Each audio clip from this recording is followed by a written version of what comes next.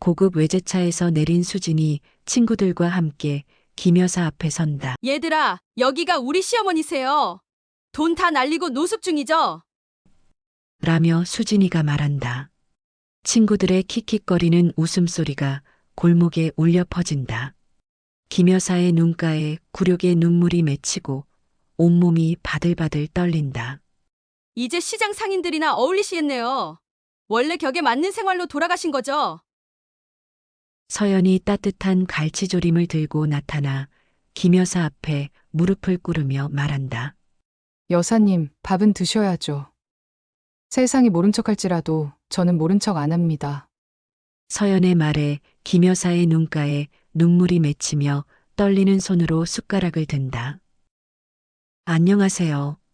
여러분과 항상 함께하는 시니어 이야기 광장입니다. 오늘도 행복한 하루 되시고 항상 건강하세요. 아자아자 파이팅! 구독과 좋아요는 사랑입니다. 사랑은 저에게 큰 힘이 됩니다. 오늘의 이야기 시작하겠습니다. 남대문 시장의 새벽은 언제나 쌀쌀했습니다. 아직 해가 뜨기 전 시장 골목 한 구석에서 낡은 보자기 하나가 바람에 살랑거렸죠. 그 보자기 아래 웅크리고 있는 사람이 있었습니다. 70대로 보이는 여성, 김 여사였어요. 김 여사는 차가운 콘크리트 바닥에 앉아 무릎을 끌어안고 있었습니다. 한때는 수십억 원의 재산을 굴리던 손이었지만 지금은 거칠어진 손톱과 검게때 묻은 손가락만이 남아 있었죠. 누가 봐도 그저 평범한 노숙자일 뿐이었습니다. 거지 할망구가 또 여기 있네. 지나가던 젊은 남자가 김 여사를 보며 코웃음을 쳤습니다. 김 여사는 고개를 더 숙였어요. 귓가에 스며드는 조롱 섞인 목소리가 가슴을 찔렀지만 이미 익숙해진 일이었습니다. 내 집이 수십 채였는데 며느리 손에 이렇게 길바닥에 앉을 줄이야. 김 여사는 속삭이듯 중얼거렸습니다. 목소리에는 분노보다는 체념이 묻어 있었어요. 과거의 영광스러운 날들이 머릿속을 스쳐갔지만 그것들은 이제 너무나 먼 이야기처럼 느껴졌습니다. 시장 상인들이 하나둘 문을 열기 시작했습니다. 김 여사 곁을 지나가는 사람들은 모두 시선을 피했어요. 처음에는 동정의 눈빛을 보내던 사람들도 이제는 그냥 못 본 척했습니다. 며칠째 같은 자리에 앉아있는 김 여사를 보는 것이 불편했거든요. 그때였습니다. 갈치조림 냄새가 골목에 퍼지기 시작했어요.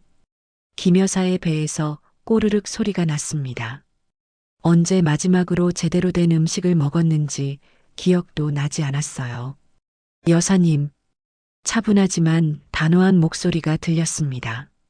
김 여사가 고개를 들어보니 30대로 보이는 여성이 김 여사 앞에 서 있었어요. 윤서연이었습니다. 갈치조림집 앞치마를 두른 서연의 눈빛에는 남다른 기계가 서려 있었습니다. 여기서 계속 이러시면 안 됩니다. 서연은 김 여사 앞에 무릎을 꿇고 앉았습니다. 그리고 따뜻한 김이 올라오는 갈치조림 한 그릇을 김 여사 앞에 놓았어요. 진한 고춧가루 냄새와 갈치의 고소한 향이 김 여사의 코끝을 자극했습니다. 저는 그런 자격이 없어요. 김 여사가 고개를 저었습니다. 하지만 서연은 포기하지 않았어요. 밥은 드셔야죠. 세상이 모른 척 할지라도 저는 모른 척 안 합니다. 서연의 목소리에는 굳은 의지가 담겨 있었습니다. 전직 특임대 출신답게 한번 결정한 일은 끝까지 해내는 성격이었거든요. 김 여사는 서연의 진심 어린 눈빛을 바라보며 가슴 한켠이 뜨거워지는 것을 느꼈습니다. 고맙습니다. 김 여사가 떨리는 손으로 숟가락을 집었습니다. 오랜만에 입에 들어가는 따뜻한 음식이었어요. 갈치의 부드러운 살과 매콤달콤한 양념이 입안에 퍼지자 김 여사의 눈가에 눈물이 맺혔습니다. 서연은 김 여사가 밥을 먹는 모습을 조용히 지켜봤습니다. 이 할머니에게 무슨 사연이 있을까 궁금했지만 섣불리 묻지는 않았어요. 대신 김 여사 옆에 앉아 함께 있어 주었습니다.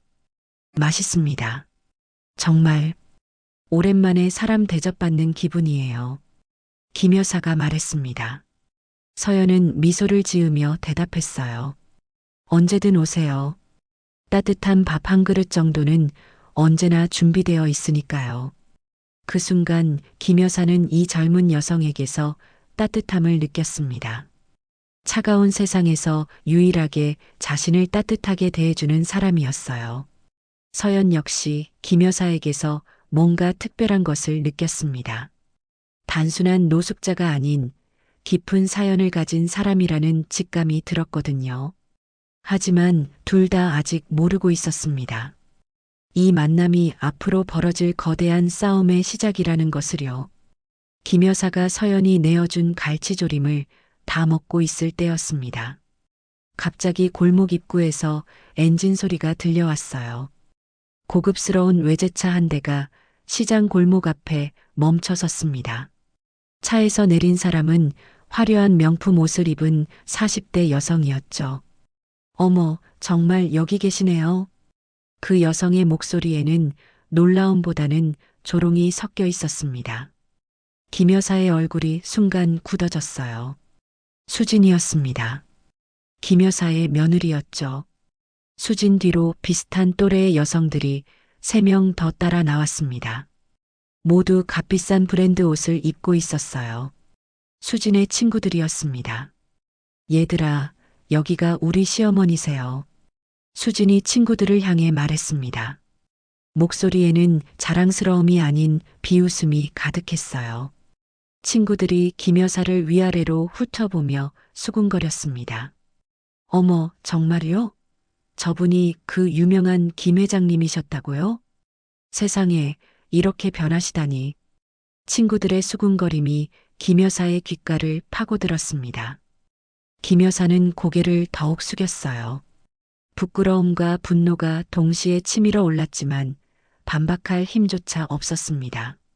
서연은 갈치조림집 안에서 이 광경을 지켜보고 있었습니다. 뭔가 이상한 분위기라는 것을 직감적으로 느꼈어요. 김 여사의 표정이 너무나 절망적으로 변했거든요. 돈 다 날리고 노숙 중이죠. 참 안타깝긴 한데 뭐 어쩌겠어요? 자업자득이니까. 수진의 말이 골목에 울려 퍼졌습니다. 주변 상인들도 하나둘 이 광경을 보기 시작했어요. 김 여사는 온몸이 떨렸습니다. 자신의 과거가 이렇게 공개적으로 조롱받는 것이 견딜 수 없었거든요. 이제 시장 상인들이나 어울리시겠네요. 원래 격에 맞는 생활로 돌아가신 거죠. 수진의 말은 계속되었습니다. 친구들이 킥킥거리며 웃었어요.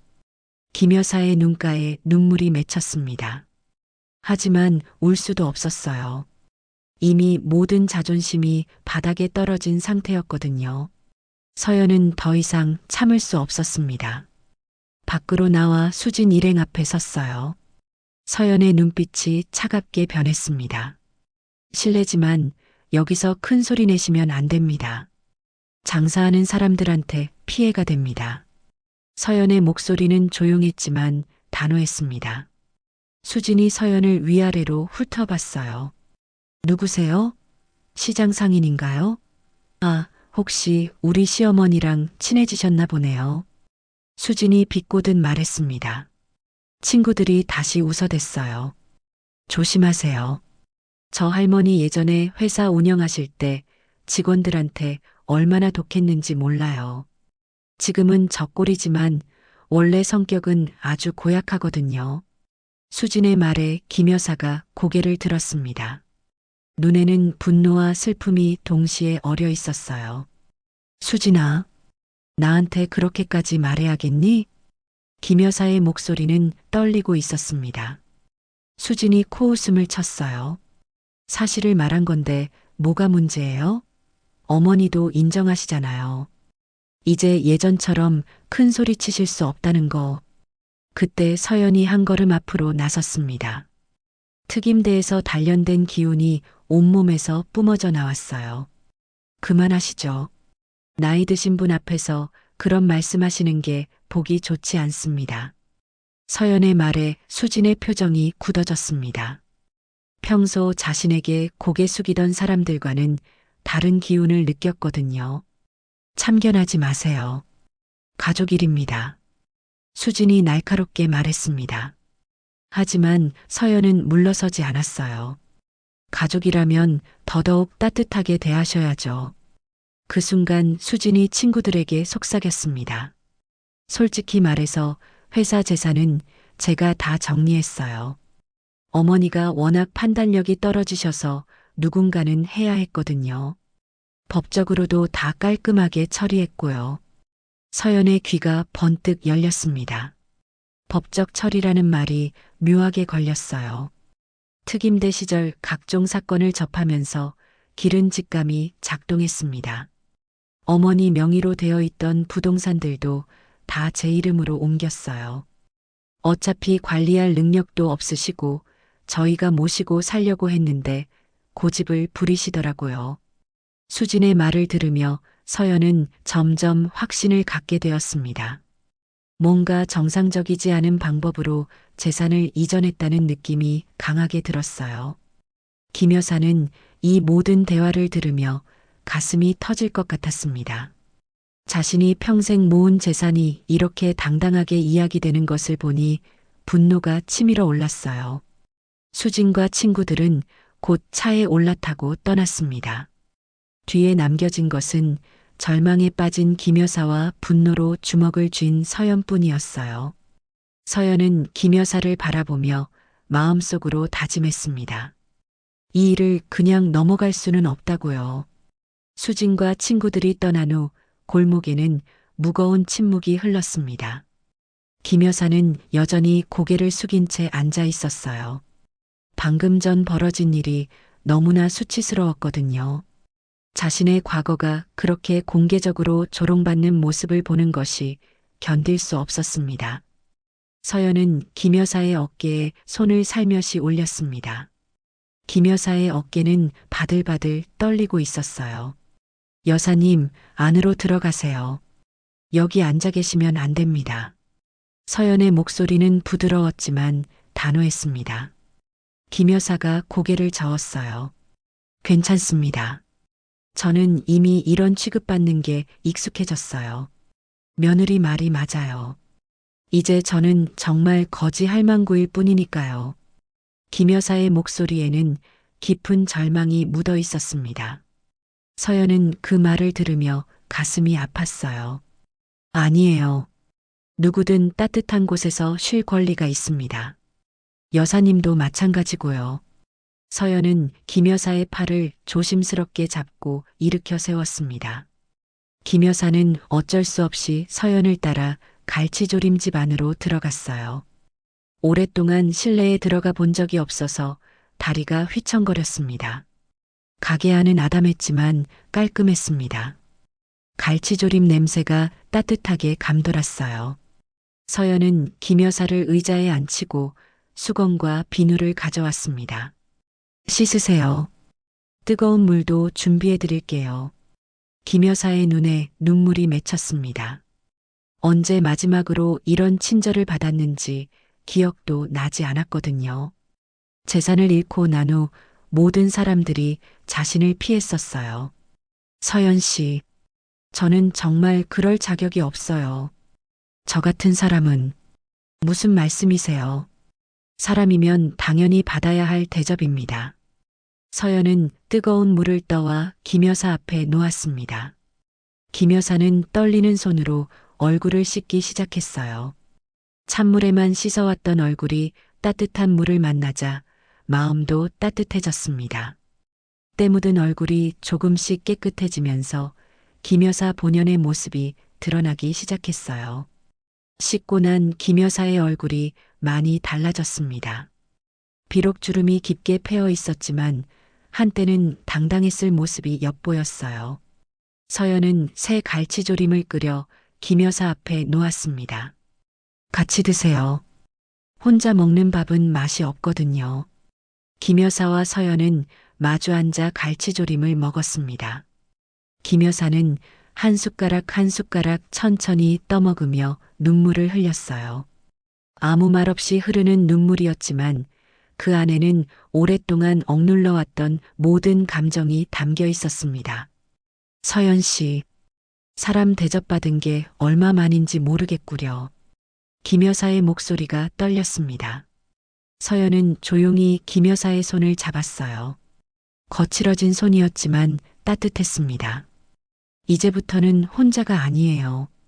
제가 있잖아요.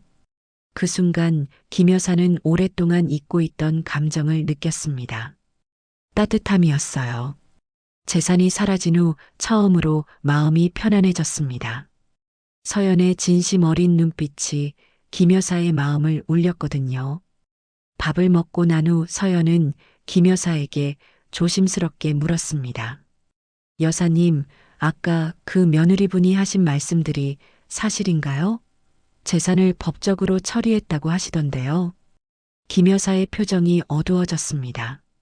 그 일을 떠올리는 것만으로도 가슴이 답답했어요. 글쎄요.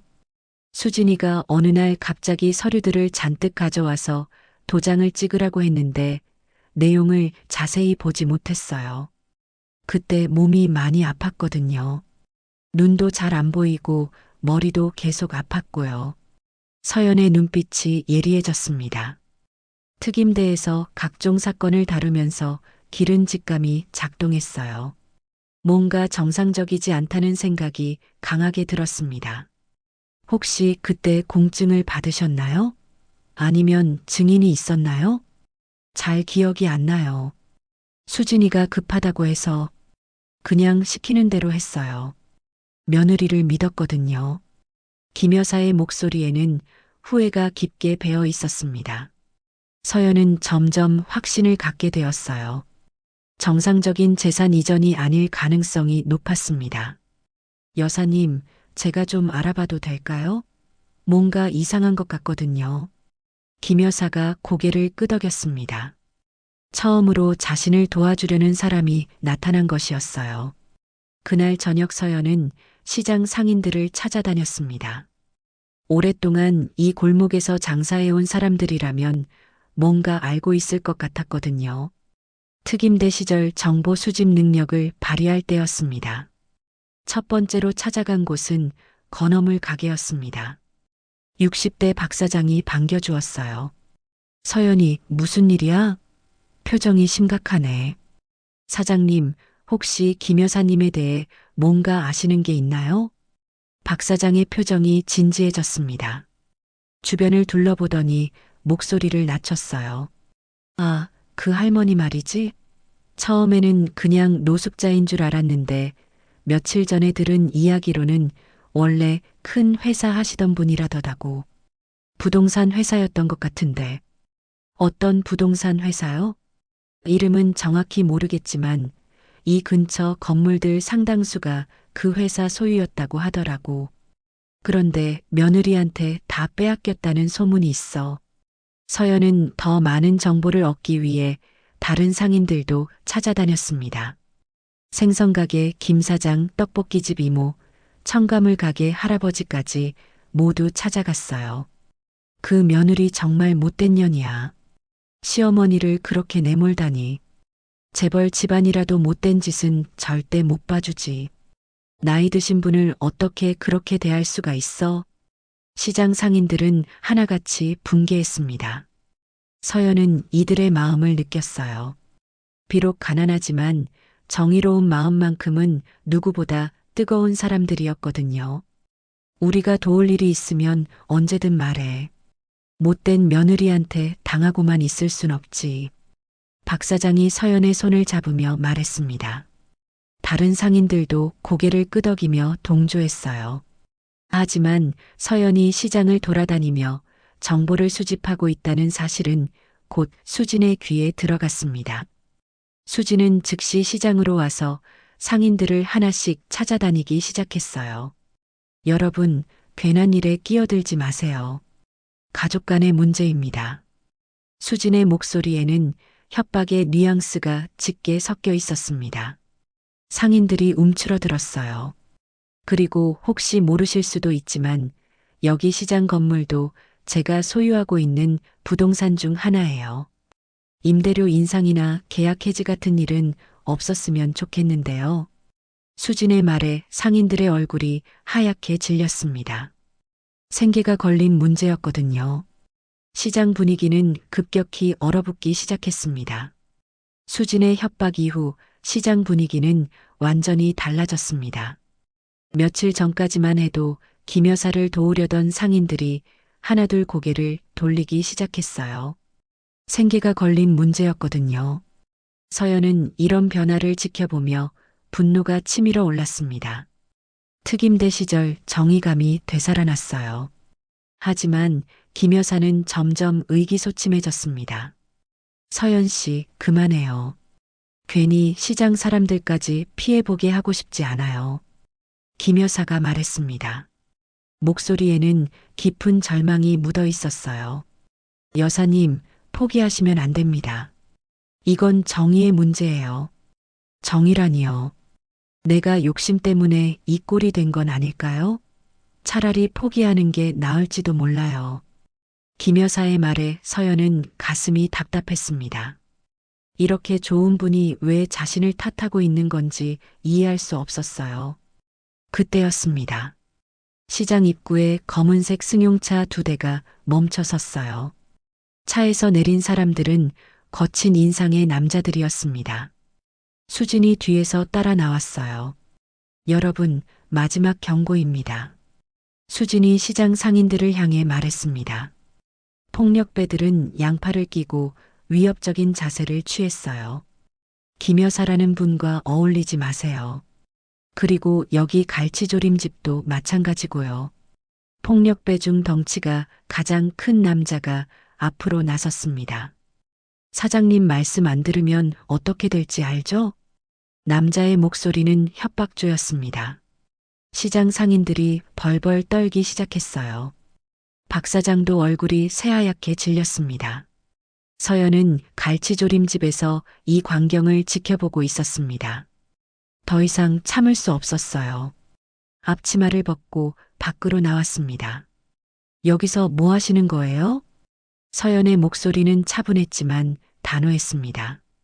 폭력배들이 서연을 위아래로 훑어봤어요.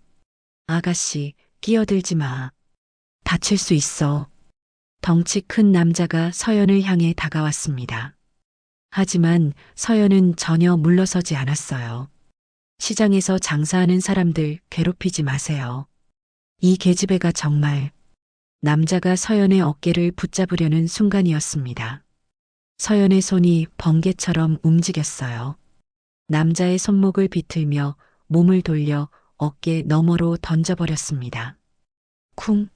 덩치 큰 남자가 바닥에 나뒹굴었어요. 시장 상인들이 입을 벌리고 바라봤습니다. 뭐야, 이 계집애가. 다른 폭력배들이 달려들었습니다. 하지만 서연은 침착했어요. 특임대에서 배운 격투 기술이 몸에 배어 있었거든요. 첫 번째 남자가 주먹을 휘둘렀지만 서연은 몸을 숙여 피한 후 상대의 명치를 정확히 타격했습니다. 남자가 숨을 못 쉬며 쓰러졌어요.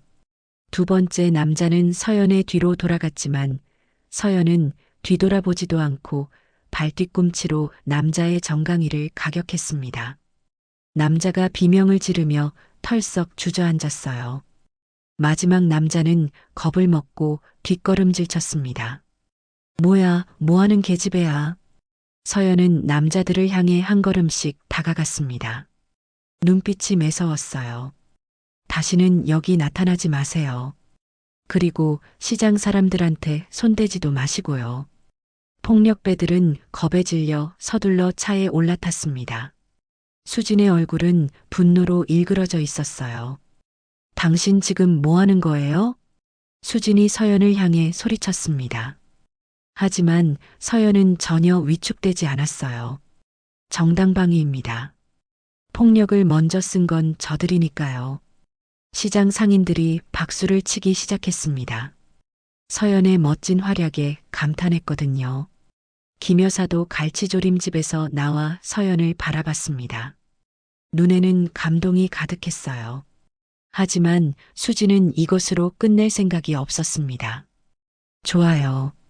이렇게 나오시는 거군요. 수진이 휴대폰을 꺼내 어디론가 전화를 걸었습니다. 김 변호사님, 저 수진이에요. 네, 그 일로 연락드렸어요. 조금 더 강력한 조치가 필요할 것 같습니다. 수진의 전화 내용을 들은 서연의 표정이 굳어졌습니다. 단순한 폭력배가 아닌 법적 조치를 취하려는 것 같았어요. 그리고 시의원님께도 연락 좀 드려보세요. 시장 재개발 건으로요. 수지는 더 큰 세력을 동원할 생각이었습니다. 서연이 아무리 강해도 법과 권력 앞에서는 어쩔 수 없을 거라고 생각했거든요. 김 여사가 서연 옆으로 다가왔습니다. 서연 씨, 이제 정말 그만해요. 수진이가 저렇게 나오면 당신까지 위험해질 수 있어요. 김 여사의 목소리는 떨리고 있었습니다. 자신 때문에 서연이 피해를 볼까봐 걱정됐거든요. 하지만 서연은 김 여사의 손을 꽉 잡았습니다. 여사님, 싸우셔야 합니다. 이건 단순한 재산이 아니라 여사님의 명예입니다. 서연의 눈빛에는 확고한 의지가 담겨 있었습니다. 포기하시면 안 돼요. 진실은 반드시 밝혀져야 해요. 김 여사는 서연의 진심을 느꼈습니다. 오랫동안 잃어버렸던 용기가 조금씩 되살아났어요. 수지는 전화를 끊고 서연과 김 여사를 향해 차갑게 웃었습니다. 내일부터 여기 시장 갈치조림 골목 전체가 어떻게 될지 두고 보세요. 수진이 차에 올라타고 떠났습니다. 뒤에 남겨진 서연과 김 여사 그리고 시장 상인들은 앞으로 벌어질 일들을 생각하며 무거운 침묵에 빠졌어요. 서연은 주먹을 꽉 쥐었습니다. 이제 진짜 싸움이 시작되는 것 같았거든요. 수진이 떠난 다음 날 시장에는 이상한 분위기가 감돌았습니다. 상인들이 평소보다 일찍 문을 열었지만 표정들이 어두웠어요. 서연은 갈치조림을 끓이며 불안한 마음을 달래려 했습니다. 김 여사는 밤새 잠을 이루지 못했어요. 수진의 마지막 말이 계속 머릿속을 맴돌았거든요. 과연 무슨 일이 벌어질까 걱정이 됐습니다. 오전 10시쯤 박 사장이 갈치조림 집으로 왔습니다. 평소와 달리 표정이 굳어 있었어요. 서연아, 잠깐 나와봐. 박 사장의 목소리가 평소보다 낮았습니다. 서연은 불안한 마음으로 밖으로 나갔어요. 사장님, 무슨 일이세요? 서연아, 미안하다. 나도 어쩔 수 없어. 박 사장의 말에 서연의 가슴이 덜컥 내려앉았습니다. 무슨 말씀이세요? 어젯밤에 연락이 왔어. 시장 재개발 계획이 있다는 거야. 협조하지 않으면 보상금도 제대로 못 받는다고 하더라고. 박 사장의 목소리가 떨렸습니다. 평생 이 자리에서 장사해온 그에게는 생존의 문제였어요. 그래서 김 여사님 일에는 더 이상 관여하지 않기로 했어. 너도 그만두는 게 좋겠다. 서연은 믿을 수 없었습니다. 어제까지만 해도 정의를 외치던 박 사장이 이렇게 돌아서다니요. 사장님, 정말 그러실 거예요? 서연아, 나도 가족이 있어. 이해해줘. 박 사장은 고개를 숙이고 자신의 가게로 돌아갔습니다. 서연은 허탈한 마음으로 그 모습을 바라봤어요. 그날 오후 더 큰 충격이 기다리고 있었습니다. 시장 입구에 기자들이 몰려들기 시작한 거예요. 카메라와 마이크를 든 사람들이 김 여사를 찾아다녔습니다. 김 여사님 계세요? 몇 가지 질문이 있습니다. 기자들의 목소리가 시장 전체에 울려 퍼졌습니다. 김 여사는 갈치조림집 안에 숨어 있었어요. 여사님, 무슨 일인지 모르겠지만 일단 안으로 들어가 계세요. 서연이 김 여사를 안심시키려 했지만 곧 그 이유를 알게 되었습니다. 전직 재벌 회장 김 여사, 불법 정치자금 조성 의혹 제기. 기자 중 한 명이 큰 소리로 외쳤습니다. 김 여사의 얼굴이 새하얗게 질렸어요. 재직 당시 비자금 조성하여 정치인들에게 전달한 것으로 드러나 또 다른 기자가 소리쳤습니다. 김 여사는 온몸이 떨리기 시작했어요. 서연이 밖으로 나가 기자들을 막아섰습니다. 지금 무슨 근거로 그런 말씀을 하시는 거예요? 관련 서류들이 공개되었습니다. 김 여사가 직접 서명한 문서들이에요. 기자가 서류 뭉치를 흔들어 보였습니다. 서연은 그 서류들을 보며 충격을 받았어요. 김 여사의 도장과 서명이 선명하게 찍혀 있었거든요. 김 여사가 떨리는 다리로 밖으로 나왔습니다. 그건 제가 한 일이 아니에요. 김 여사의 목소리는 간신히 들릴 정도로 작았습니다. 하지만 여기 도장과 서명은 분명히 김 여사님 것입니다. 기자들이 더욱 거세게 몰아붙였습니다. 김 여사는 말문이 막혔어요. 분명히 자신의 것이 맞았거든요. 저는 기억이 나지 않아요. 수진이가 서류를 가져왔을 때 며느리분이 관련되어 있다는 말씀인가요? 기자들이 더욱 흥미롭게 질문을 퍼부었습니다. 하지만 김 여사는 더 이상 대답할 수 없었어요. 시장 상인들이 하나둘 나와서 이 광경을 지켜봤습니다. 그들의 눈빛이 차갑게 변해가는 것을 서연은 느꼈어요. 저 할머니가 정치 비리에 연루되었다고? 그러니까 원래 깨끗하지 않은 돈이었던 거네. 상인들의 수군거림이 김 여사의 귓가를 파고들었습니다. 김 여사는 견딜 수 없다는 듯 갈치조림집 안으로 들어갔어요. 서연도 뒤따라 들어갔습니다. 김 여사는 구석에 웅크리고 앉아 흐느끼고 있었어요. 여사님, 괜찮으세요? 서연 씨, 저는 정말 그런 일을 한 기억이 없어요. 하지만 제 도장과 서명이 맞으니. 김 여사의 목소리는 절망으로 가득했습니다. 서연도 혼란스러웠습니다. 과연 자신이 도우려던 사람이 진짜 비리에 연루된 사람이었을까요? 정말 이 싸움이 옳은 걸까요? 그날 저녁 뉴스에서 김 여사의 이야기가 대대적으로 보도되었습니다. 비리 재벌 회장 몰락 후 노숙 생활이라는 제목으로요. 김 여사는 텔레비전을 보며 절망에 빠졌습니다. 평생 쌓아온 모든 것이 하루아침에 무너지는 기분이었어요. 이제 정말 끝이에요. 서연 씨도 저 같은 사람과 엮이면 안 됩니다. 김 여사가 일어나 문 쪽으로 향했습니다. 여사님, 어디 가세요? 원래 있던 곳으로 돌아가야죠. 길바닥이 제 자리인 것 같아요. 김 여사는 서연의 만류에도 불구하고 갈치조림집을 나갔습니다. 다시 시장 골목 구석으로 돌아가 웅크리고 앉았어요. 서연은 창문 너머로 김 여사의 모습을 바라봤습니다. 마음이 복잡했어요. 과연 자신이 옳은 일을 하고 있는 걸까요? 시장 상인들도 이제 김 여사를 완전히 외면했습니다. 비리에 연루된 사람을 도울 수는 없다는 생각이었어요. 김 여사는 찬 바람 속에서 혼자 앉아 눈물을 흘렸습니다. 모든 것을 잃은 기분이었어요. 재산뿐만 아니라 명예까지 완전히 사라진 것 같았거든요. 서연은 갈치조림을 끓이며 생각에 잠겼습니다. 뭔가 이상했어요. 이 모든 일이 너무 완벽하게 짜인 각본 같았거든요. 김 여사가 다시 길거리로 나간 지 사흘이 지났습니다. 서연은 갈치조림집에서 혼자 일하며 계속 생각에 잠겨 있었어요. 뭔가 석연치 않은 부분들이 너무 많았거든요. 어떻게 하루아침에 그런 결정적인 서류들이 나올 수 있었을까요? 그리고 수진의 태도도 이상했어요. 너무나 당당하고 준비된 것 같았거든요. 서연은 결심을 굳혔습니다.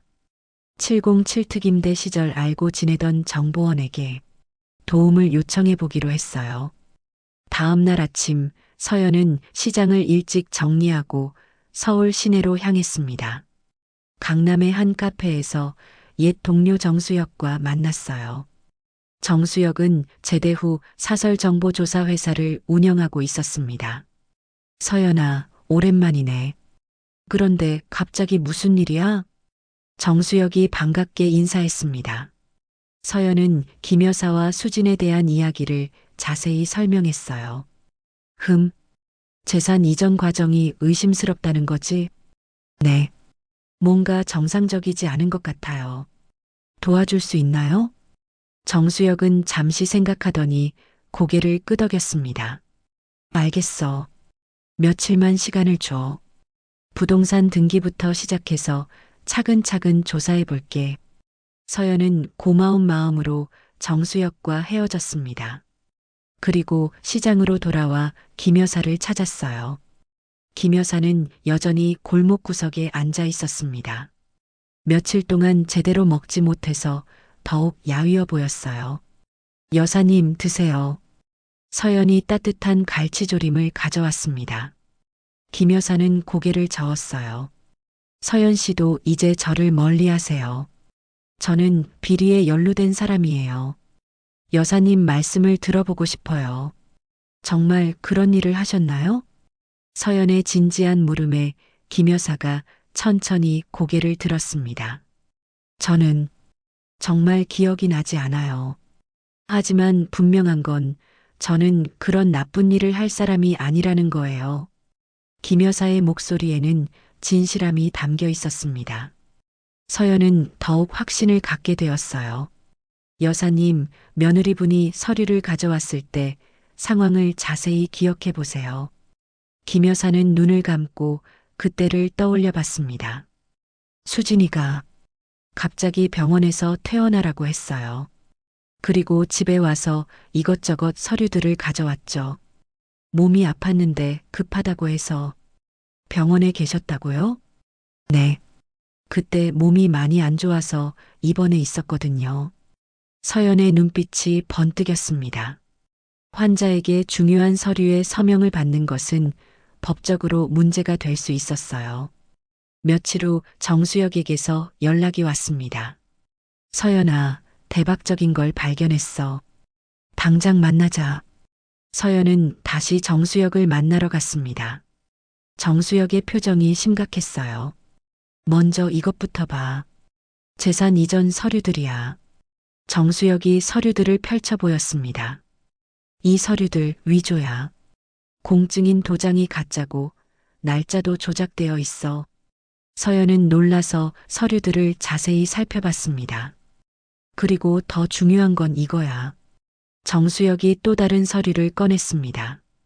수진이라는 여자, 해외에 비자금 계좌를 여러 개 갖고 있어. 그리고 김 여사 명의로 빼돌린 돈들이 전부 여기로 흘러갔고, 서연은 분노가 치밀어 올랐습니다. 역시 수진이 김 여사를 속인 것이었어요. 그런데 가장 충격적인 건 이거야. 정수혁이 마지막 서류를 보여줬습니다. 김 여사가 정치자금을 조성한 게 아니라 오히려 재벌 가문의 불법 행위를 막으려다가 누명을 쓴 거야. 이 서류들을 보면 김 여사가 내부 고발을 하려고 했다는 증거가 나와. 서연은 모든 퍼즐이 맞춰지는 것을 느꼈습니다. 김 여사는 억울한 누명을 쓴 것이었어요. 고마워, 수혁아. 이 증거들로 모든 걸 뒤집을 수 있을 것 같아. 서연은 서류들을 들고 시장으로 돌아왔습니다. 김 여사에게 모든 진실을 말해줘야 했어요. 여사님, 서연이 김 여사를 찾아 달려갔습니다. 김 여사는 여전히 골목에 앉아 있었어요. 여사님, 모든 게 밝혀졌어요. 서연이 흥분된 목소리로 말했습니다. 그리고 정수혁이 찾아낸 증거들을 하나씩 설명했어요. 김 여사의 눈이 점점 커졌습니다. 그럼 제가 억울한 누명을 쓴 거였나요? 네. 여사님은 오히려 정의로운 일을 하려다가 당하신 거예요. 김 여사의 눈에서 눈물이 흘렀습니다. 하지만 이번에는 억울함의 눈물이 아니라 안도의 눈물이었어요. 그런데 여사님, 왜 그때 진실을 말씀하지 않으셨어요? 김 여사가 한숨을 깊게 쉬었습니다. 그때는 가족을 지키고 싶었어요. 진실을 말하면 아들까지 위험해질 것 같았거든요. 하지만 결국 아무것도 지키지 못했네요. 김 여사의 목소리에는 깊은 후회가 담겨 있었습니다. 나는 돈만 지키려 했지 진심을 나눌 가족을 지키지 못했구나. 서연은 김 여사의 손을 꽉 잡았습니다. 여사님, 이제는 제가 여사님의 가족이에요. 함께 싸워요. 김 여사는 서연을 바라보며 오랫동안 느껴보지 못한 따뜻함을 느꼈습니다. 진정한 가족이 무엇인지 깨달은 순간이었어요. 서연 씨, 고마워요. 정말 고마워요.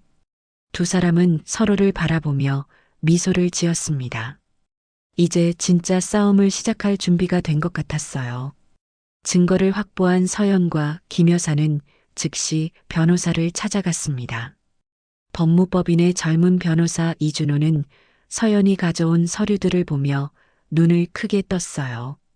이 정도면 충분히 승소할 수 있습니다.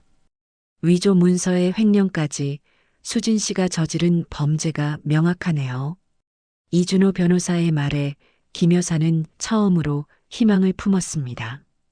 오랫동안 억울했던 마음이 조금씩 풀리는 기분이었어요. 법정 날이 다가왔습니다. 김 여사는 서연이 마련해준 깔끔한 옷을 입고 당당하게 법정에 섰어요. 한때 재벌 회장이었던 위엄이 조금씩 되살아나고 있었습니다. 수지는 고급 정장을 입고 자신만만한 표정으로 나타났습니다. 옆에는 유명한 대형 로펌의 변호사들이 줄지어 앉아 있었어요. 재판장님, 상대 측이 제시한 증거들은 모두 조작된 것들입니다. 수진 측 변호사가 당당하게 주장했습니다. 김 여사는 몸이 아픈 상태였고 정상적인 판단 능력이 없었습니다. 따라서 모든 재산 이전은 법적으로 유효합니다. 수지는 승리를 확신하며 미소를 지었어요. 김 여사를 향해 비꼬는 듯한 시선을 보냈습니다. 그때 이준호 변호사가 일어섰습니다. 재판장님, 새로운 증거를 제출하겠습니다.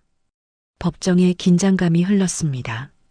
서연이 가져온 서류들이 하나씩 공개되기 시작했어요. 첫 번째, 재산 이전 서류의 공증인 도장이 위조된 것으로 밝혀졌습니다. 이준호 변호사가 확대된 도장 사진을 보여줬습니다. 수진의 얼굴이 굳어지기 시작했어요. 두 번째, 피고 수진 씨의 해외 비자금 계좌 내역입니다.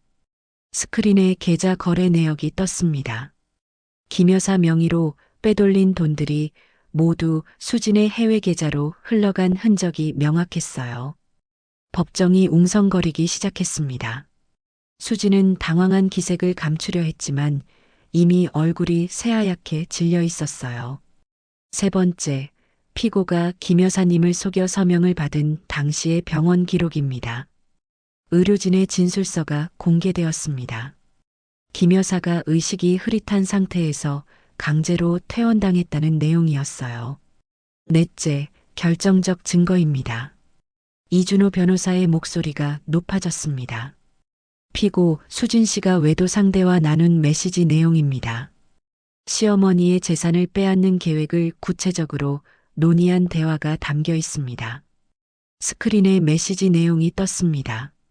수진이 애인과 김 여사의 재산을 나눠 가질 계획을 세운 구체적인 대화들이었어요. 법정이 완전히 뒤집어졌습니다. 방청석에서 탄성이 터져나왔어요. 수진은 얼굴이 새빨갛게 달아오르며 벌떡 일어섰습니다. 그건 누군가 조작한 거예요. 하지만 이미 늦었습니다. 모든 증거가 너무나 명확했거든요. 김 여사가 천천히 일어섰습니다. 법정 안이 조용해졌어요. 김 여사의 눈빛이 수진을 향해 고정되었습니다. 수진아. 김 여사의 목소리는 떨리지 않았습니다. 오히려 차분하고 단호했어요. 내가 빼앗은 건 돈이 아니었다. 법정 안의 모든 사람들이 김 여사의 말에 귀를 기울였습니다. 돈은 다시 벌 수 있어. 하지만 내가 빼앗은 건 나의 인생이었다.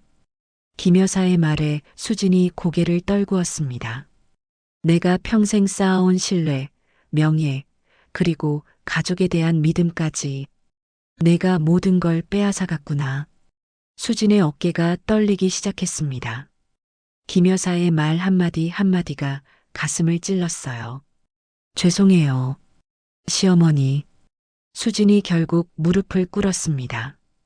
법정 안에 모든 사람들이 숨을 죽였어요. 처음에는 정말 시어머니를 모시려고 했어요. 하지만 점점 욕심이 생겼고 돌이킬 수 없는 일들을 저질렀네요. 수진의 목소리가 흐느끼듯 떨렸습니다. 재판장이 망치를 두드렸습니다.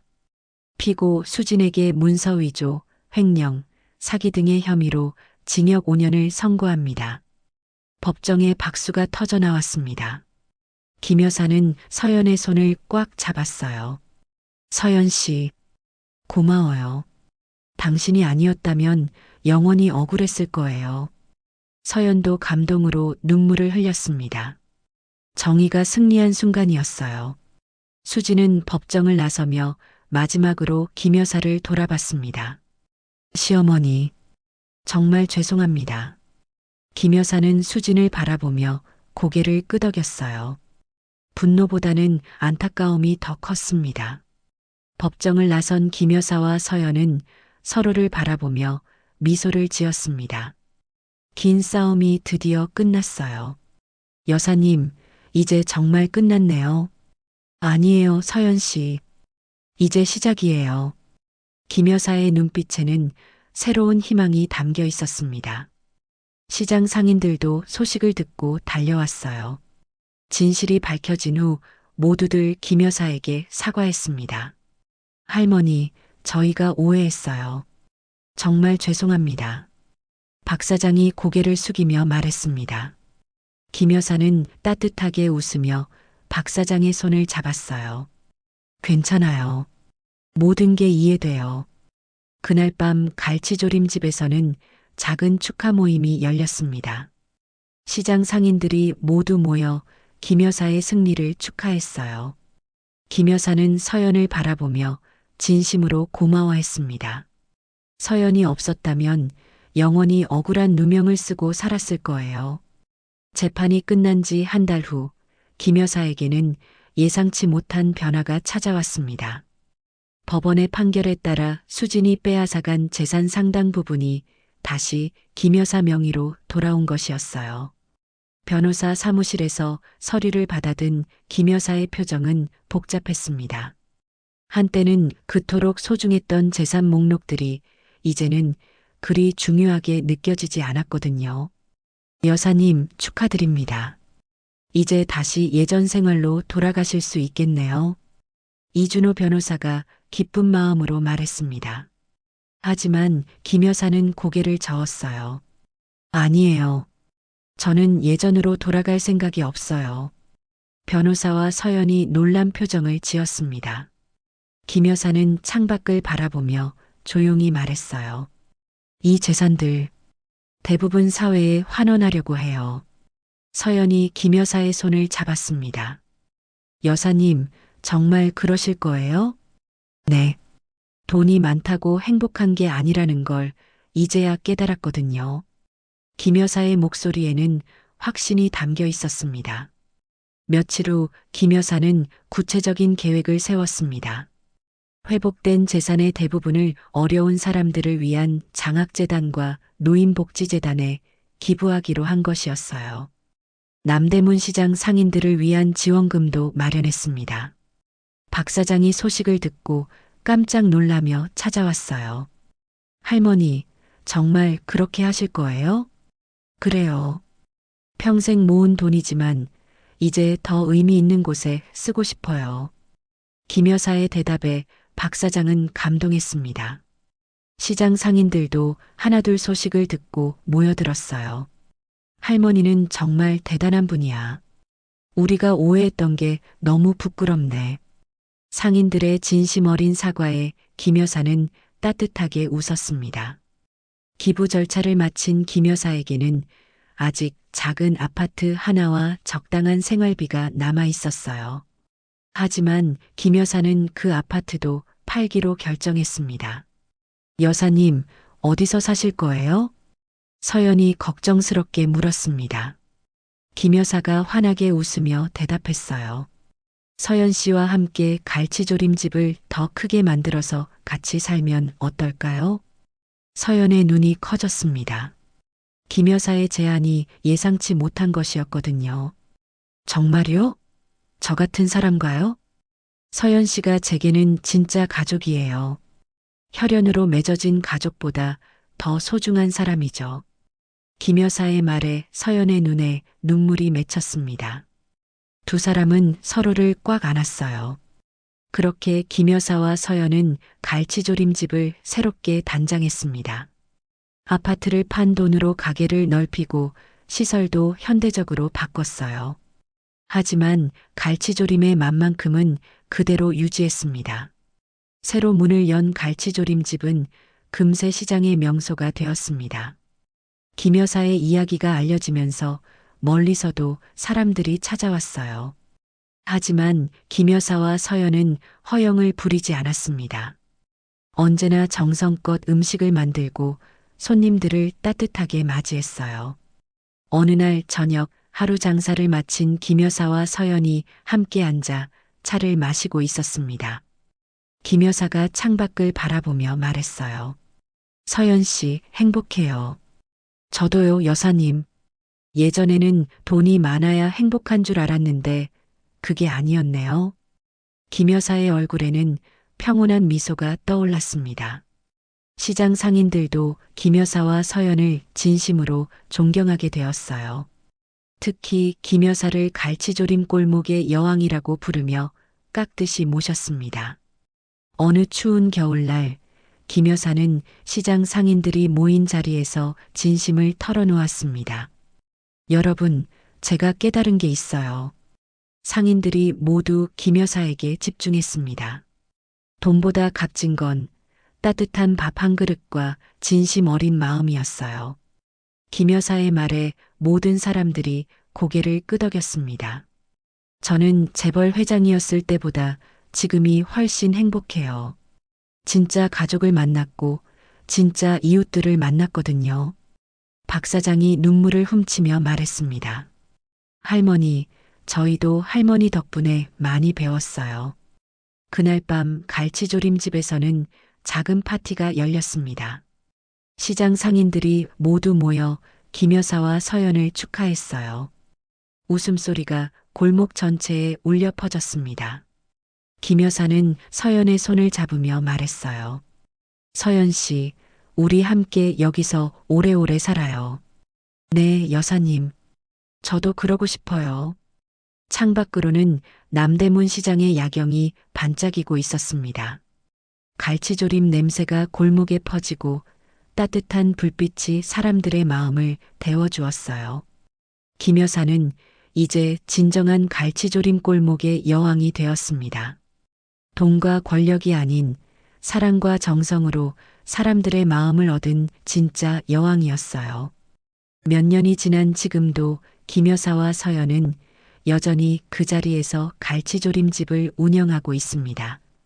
두 사람의 얼굴에는 언제나 행복한 미소가 떠올라 있어요.